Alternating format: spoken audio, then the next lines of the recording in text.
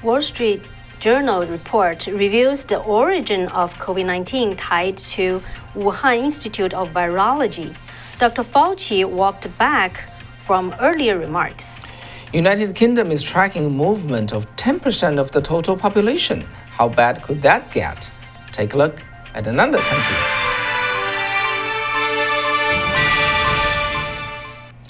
Welcome to Wei and Kathy Show. I'm your host, Wei Fang. I'm Kathy. All right.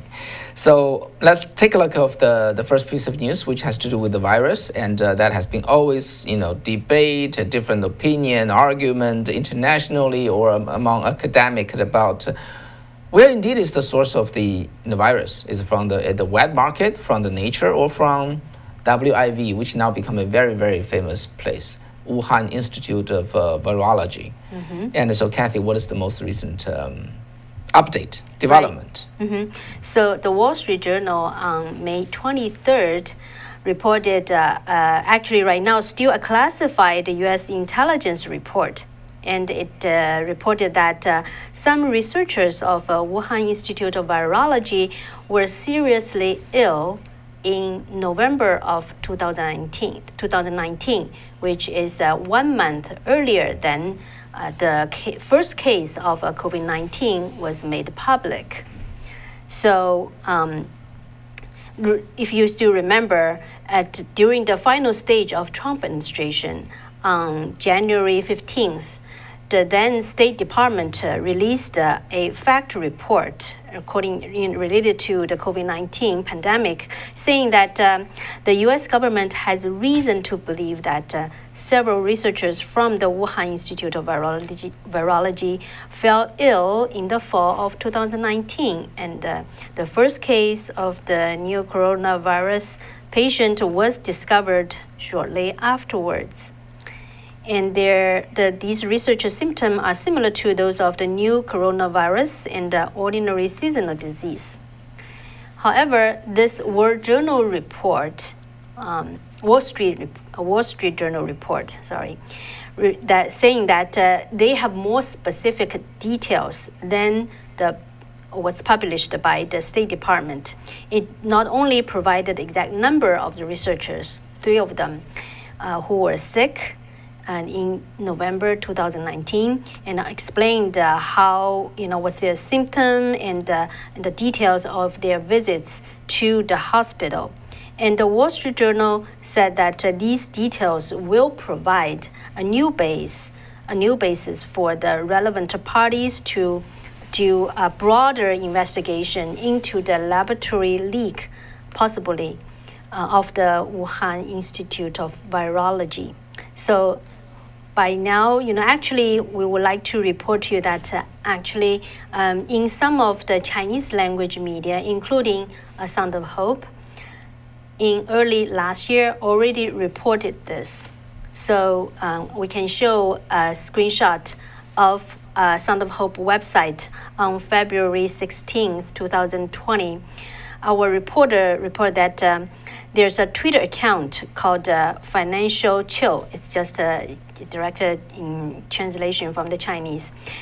The Twitter says that the first person infected with the virus in Wuhan can basically be pointed out. And this 0 patient is a Wuhan Institute of Virology's researcher. And her name is Huang Yanling. And it's reported that the internal information from the Wuhan P4 laboratory stated that a person named Huang Yanling in this institute suddenly disappeared last year, which means the end of 2019. And on the website of Wuhan Institute of Virology, Huang Yanling's photo and profile all disappeared, compared to other personnels. However, there are, so you can see that her photo, just disappeared. And but from other sources, it can be confirmed that this lady, Huang Yanling, was actually indeed a graduate student admitted by the institute in 2012. And so on the same day, the media in China, some of them asked for verification in the institute, they asked two researchers. One of them was Shi Zhengli. If you are familiar with this issue, Shi Zhengli is the bat lady who is suspected to be directly related to the leak of the virus. Both of the researchers asked by media, they just they said, oh, we don't know if there's such a female graduate named Huang Yanling, but they both are very firm. They were very firm that no one in the institute was infected by the virus. However, on February 16th, another media in China, Daily Economic News, report that Huang Yanling's mentor actually responded in saying that, Huang Yanling graduated in 2015 and has been working in another city. She's very healthy. But another report later on saying that this graduate student has died. Then yet another report saying by the leader of the Wuhan Institute of Virology said that this graduate student has resigned and is in good health. But so far, this Huang Yanling, this lady, never showed in public and never just say anything, but her information just disappeared from the website. Yeah, in the meantime, Zhao Lijian, the spokesperson of the Chinese Foreign Affairs Ministry, still in the news briefing today in Beijing, he's still, this guy is, they call him like a 战狼. Zhanlang is what, the fighting wolf. And so he's very aggressive and very strong. And so he's in today's, in today's news conference yesterday in Beijing, he still accused the United States, listen to this, hear this, accused the United States of releasing the CCP virus, to releasing the virus from Fort Detrick military base in Maryland. So he said that, early last year, and President Trump was really, really mad, right? He was, he responded very strong. That's why he keep calling it a Chinese virus. Originally, it seems to have settled down on this COVID-19, which is actually a very, very big compromise, right? Remember Ebola virus, remember the Spain flu, and all those things. Everything is just named by the geolocation, so that people would remember where that came from. It doesn't mean it's humiliating. It doesn't mean there's labeling and things like that. But however, CCP has always been very sensitive about such name. So they don't want that to be named as Wuhan virus. So they insist to come up with this, this strange COVID-19 name, which later got accepted by most people until Zhao Lijian, that gentleman, the photo of whom you just saw, he said it came from the U.S. military. They brought the virus to China. Then, President Trump said, no, it's Chinese virus. And then there's another name called a CCP virus, CCP virus. I think that name is much better name because it does indicate the source. And then the virus is not a natural course, the spreading, at least, the spreading of the virus came from the man-made mistake, the bad policy, bad handling, and the effort to hide the truth from the public.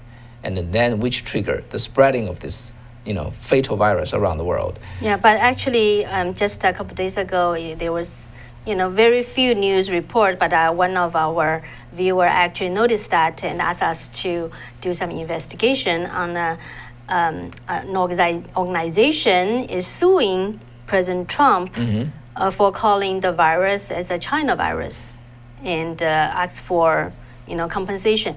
And I kind of looked up the organization called the Chinese American Civil Coalition. Okay, but there's nowhere to find this organization. It said it's based in New York, but I just checked some, a couple of websites which list like the nonprofits. Whenever, in other news reports and things like that, this name just never, just doesn't come up, and only in a few news reports, including CGTN, which is the Chinese Communist Party's state-run media overseas. It didn't miss this report. So what we it's very hard to really find this organization, to be frank. But I don't think, from what the information that we can gather, it really doesn't represent the Chinese Americans. It doesn't represent the most viewpoint of the Chinese Americans. Yeah. Yeah. So while we're here, let me insert some comment, because I do see Luis Fernandez. You wrote that what I really want to know is how many Chinese really died from this virus and how that reconciles with the millions that dropped their phone service in China. Very, very good question. Okay, you asked a very, very good question. As we know, the data that we know today is how many people in the U.S. half a million died all over the world. It's like 3 million people died, and so first, that's the phone service, right? You took note of that report. The second thing is there was supposed to be this end of the conclusion of the census in China this year. Half a year ago, 6 months ago, they withheld the result for 6 months, and people were guessing, just from all over the place. Why did they not announce it? The first census in the modern history in China was in 1980. At that time, they used this 算盘 abacus, right? It's called abacus. And then, or just pencil, and then they were able to release the census data in 3 months. And this time they withheld for 6 months.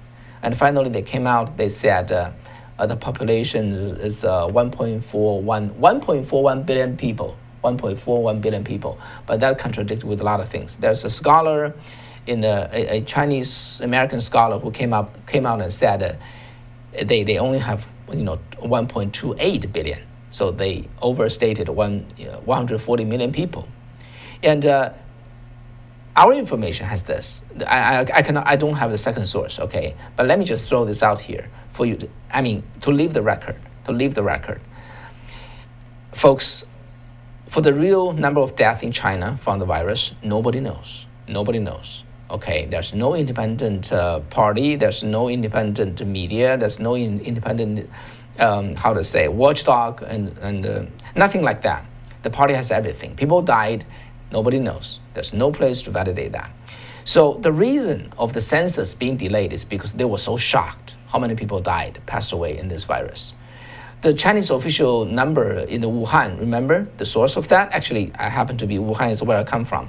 And I grew up from. And this WIV, Wuhan Institute of Virology, actually, it's very close to where I grew up in China. I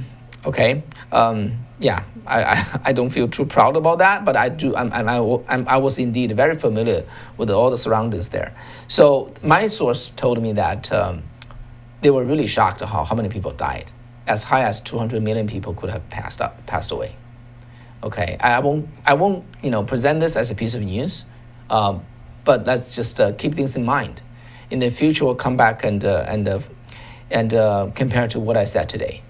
So the lies that the CCP, what they fabricated is just, it can only beyond your imagination. And one tactic they have actually internally inside the party, if they blow up the lie to such extent to beyond the proportion that people will stop even doubting it, because they couldn't imagine a normal person, a human being, could lie like that. So they took it. That's one way for them to push their lies. So you asked a very good question. I would say way hundreds of times more than the CCP's number about how many people died in China. That's the fact I can say. I just don't know exactly how many. All right, so let's go to Dr. Anthony Fauci. He recently walked back from what he claimed a year ago. So that's an interview with PolitiFact on May 11th. The reporter asked him, there's a lot of cloudness around the origin of the COVID-19, and which is still here. So do you still believe that it's naturally, developed? Because a year ago, Dr. Fauci very firmly said that there's so much evidence and tendency saying that this virus is just naturally grown. Okay, but this time he said, "Oh no, actually, I'm not convinced about that. I think that we should continue to investigate what went on in China until we find out the best of our ability exactly what happened." And he said, certainly the people who've investigated say it's likely the emergence from an animal reservoir that then infected the individual. But if you could have seen something else, and we need to find out. And he said that's the reason why he said that he's perfectly in favor of any investigation that looks into the origin of the virus. But in the same time, last May, actually, when he was asked about the origin of the virus, he said, there's just absolutely very, very strong leaning towards this could not have been artificially or deliberately manipulated. And he even laughed as he claimed not understanding why people would even raise such doubt that the COVID-19 could have been escaped from a laboratory. Okay. So why is that, right? So actually, because Dr. Fauci leads the NIH, the National Institute of Health, and the other institute, and so actually the NIH actually has very close relationship with the Wuhan Institute of Virology, and has been provided fundings to the institute. So many people, including Kentucky Republican Senator Rand Paul, wonder if such funding could relate to or played a role in the research or the initial outbreak of the virus. Mm-hmm. So last week, the Senate had a hearing on this, and Senator Rand Paul specifically zeroed in, saying, on gaining of a function research, which works on making pathogens deadlier or more easily transmissible.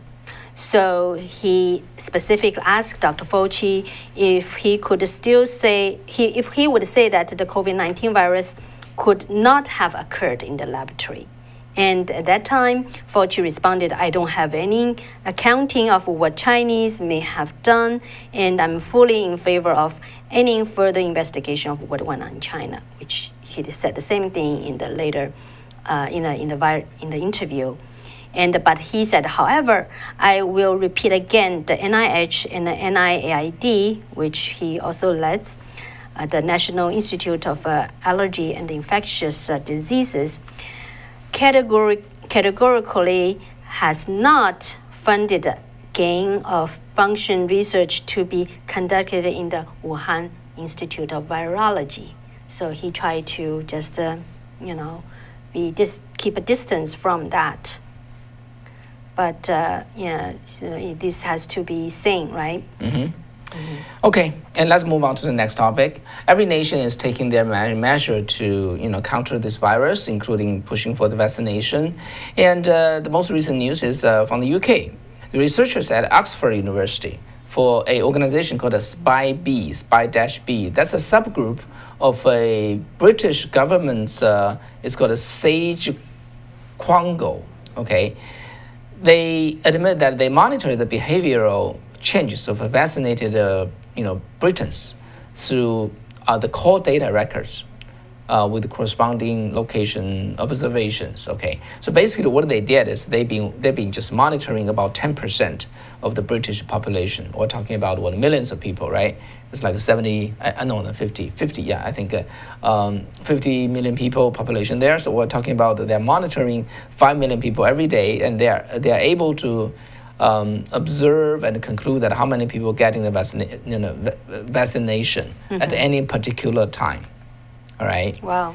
Yeah. So there's there's a organization, the civil organization, just raising this issue, and including this, they issued this statement saying that between looming COVID passport and vaccine phone surveillance, the government is turning Britain into a big brother state under the cover of COVID. That should be a wake-up call for us all. And actually, on this matter, in China, let me just share with you, in China these days, if you go to an office building, if you go to a shopping center, if you go to a residential, they call it district, 居民小区, okay, or the subway, you are required to scan the barcode on your phone. It's called a healthy barcode, and then accept the test of the temperature like that. So everywhere you go to the shop, you need to do that at the door. So they are able to basically track you everywhere, and then they have their own algorithm to conclude that whether you're healthy or not. If you got a green barcode, you can go to maybe your company, and if that become yellow or red, you won't be able to go to certain places. The big data, the computer system will decide that for you. Yeah, it's just very interesting. In China, most people, they are fine with this. That's fine as long as they are tracking make me healthy, and keep the safety around there. They think that's fine. Chinese people don't quite mind that. Yeah, the reason I want to raise this issue, both in UK and also the US, is indeed, folks, I just want to get your opinion. Are you comfortable with that kind of tracing? Okay, at every stop, they trace you. The purpose, they do have a, seemingly good reason, because if we say we caught someone with the virus, we would very quickly find out who you deal with in the last 24 hours, because they have all the record. Then they can just backtrace and quarantine those people. And so, yeah, what do you think? Do you think that's the right of the government, or that's the government overstepped? Yeah, actually, just as of today, from what I can see, is that about 8 states in the United States, including Alabama, Iowa, they just signed, and Arizona, Florida, Idaho, Montana, Texas, and South Dakota are prohibiting vaccination passport or documentation in some form. Actually, for me, I was a little bit surprised, to be frank. Okay. I think there's very few states, actually. Yeah. Too few states. Too few states. I don't know about you. If you could just say what do you think of the vaccination passport? What's your opinion? Only right now, so far, only 8 states saying that they are prohibiting. Yeah. It's just because actually, I think the Chinese Communist government is pushing for that worldwide, the vaccinations passport. Yeah. And actually, Boris Johnson, the UK Prime Minister, right? His cabinet was pretty clear and explicit, saying that no vaccination passport and things like that. And then now they seems to walk away. They just walk away from that kind of promise. Now they are saying that maybe we want to do the passport, and we need to push for this this vaccination, and not vaccination. They push for this tracking and the tracing. And then they said, we don't have individual data. We just remove the name and then just track the big data. And in basically in China, the big data has been so, put it this way, China is more quote unquote advanced in terms of monitoring citizens. As of now, there are 300 million camera photos cameras in China all over China. They pretty much just capture everything. As a matter of fact, in the U.S. market, if you buy the camera, the 镜头, just a Camera head. monitor camera, head. virtually 99% of them are from China. And as you know, those kind of monitor camera, they are internet aware, right? They can connect. They send out the signal there, so you really don't know that where the data goes, because 99% of those monitor camera are all from China. Yeah, and also came from. I just saw a report actually. I don't know where it is right now, but I saw it today. There's a survey about like at least a few hundreds of the cities, government in the United States. Their monitoring system were bought from a Chinese company, which actually on the blacklist, on the blacklist of the federal government.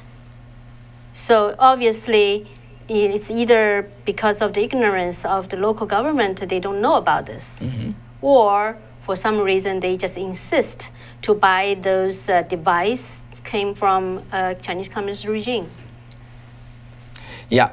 So I think people should be probably just really have to get involved in the local government to find out, on your street, what kind of a monitor system the government has bought. And just to require them to release the information to all the residents. Yeah, so that reminded me of something. I think Serena Del Mar, you said how to resist, what to do with that. Yeah, that's of course that's the question on the top of many people's mind, and what to do with it. Yeah. Right, and I just want to share one piece of reading that I did the other day. This is from the Paul Skousen's Leap of 5,000 Years. It talks about before the American Revolution. I'm talking about the 1776. Before that time, when the colonists, they are started thinking about, maybe we should become independent. Maybe we should stay away from the George III, the English king. And at that time, they have this called a morality reform, okay? Because they want to ask themselves, are we good enough? Do we have enough virtue to self-govern? Can we govern ourselves without a king? That's what we're searching. The end result of that kind of self-review is they found they care too little about the public affairs. They mind their own business, mind their own thing, and then they are not doing what they need to do for the public, for the society. Starting from the local level, and then they become much more conscious. Of course, with the teaching, with the sharing, with the speaking of all the founding fathers, as we all know today, and people start to waken up, and they take a lot of conscious decision to just devote their time and energy and money to the public affairs, and then they had a boycott of the trade with the English kingdom, right? At that time, when they do that kind of thing, as a businessman, you lost a lot of money. You lost a lot of money, and they are willing to bear with that. They say, no, that's fine. We do what is right for this country, for themselves, for ourselves, for the colony, for where we live, for the land. So yeah, that was I just find it's very interesting. In certain sense, I don't know whether you agree with me or not, I feel that kind of period of time is similar to what it is today. Okay, today, we got great freedom here, way back, more, much better than China or any other country in the world. We got used to it, and we don't think that we need to do anything because the freedom is just, we're born with that. But now, in the Chinese Chinese program, I talk to people about, start to get involved with the school district, because the supervisors, they decide on what kind of textbook the kids will be learning from, and then start get involved with the PTO, parent teacher organization, PTC. Yeah, PTA, yes, association, and also the school district running for 学区委员. School district. Yeah, so school district members. So yeah, I think maybe this is the time for us to really do some soul searching and just enlighten to what do we need to do as an individual person in our own community. Yeah, and if you remember my interview with Professor Victor Hansen, I actually asked him about that. If you remember, he analyzed, and also I asked him about the decline of religious belief percentage in the United States, and he analyzed how the founding fathers, although they are not just just Christians or Catholics, they have different belief, but the one thing they are in common and they think it's very important is for people to have a religious belief, and so that it can really guide they have the guiding principle, but rather than having the guiding principle from the government, which can be corrupted. So I think that perspective is also very important. And then once you have the guiding principle, then you have to get involved. Like Judy Marshall from Iowa said that their governor has worked hard throughout the pandemic to give us freedom of choice. She has received a lot of pressure from the opposition and still stand strong. I think these type of public officers officials deserve the constituents' support, and you want to voice out for her so that she knows what she's doing has support from the constituents. And I think that's a very good example of that. Yeah, and also the Constitution clearly said the federal government only have 27 rights, only have 27 rights. Everything beyond that don't belong to them.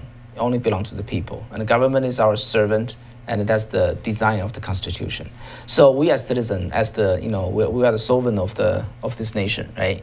So we just need to really be aware of that and be vigilant, and also teach that to our kids, and be a good citizen of the United States of America.